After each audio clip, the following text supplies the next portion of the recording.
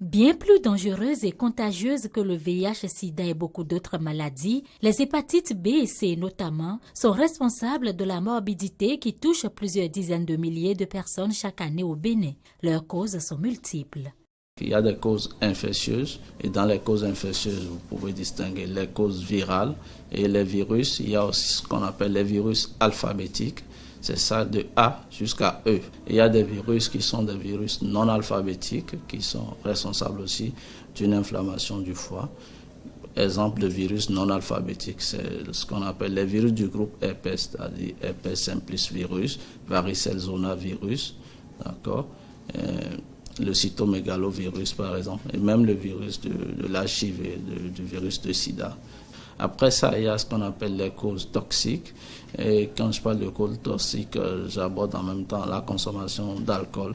Il y a ce qu'on appelle des causes métaboliques. Les causes métaboliques, c'est le fait d'être en surpoids, d'avoir une obésité. Regroupées en deux catégories, comme l'a souligné Dr Martin Soupon, ces infections chroniques se présentent sous plusieurs formes. C'est la persistance du virus dans votre organisme au-delà des 6 mois qui fait que vous passez vers la chronicité.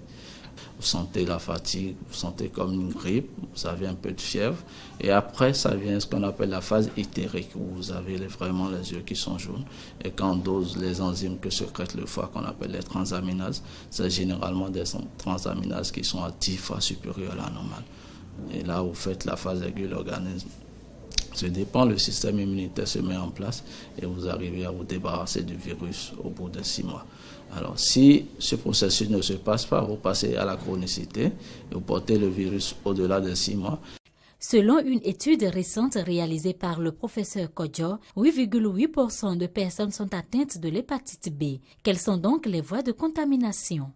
Il y a ce qu'on appelle la voie périnatale. La voie périnatale, c'est-à-dire quoi? Vous avez un parent, et notamment c'est votre mère, qui a le virus et qui vous le transmet. Donc la transmission verticale, c'est-à-dire au moment de l'accouchement ou de l'allaitement, votre mère vous donne le virus.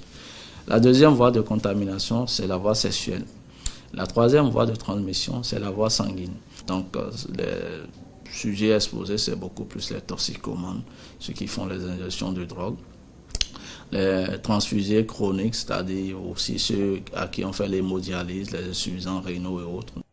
L'hépatite B étant la plus fréquente et la plus mortelle, pour s'en prémunir, il est souhaitable de faire recours aux soins préventifs. J'insiste sur la prévention. Et la prévention, ça passe par la vaccination. Et la vaccination, ça concerne notamment le virus de l'hépatite B. Et la vaccination, ça se fait en 3 doses. D'accord.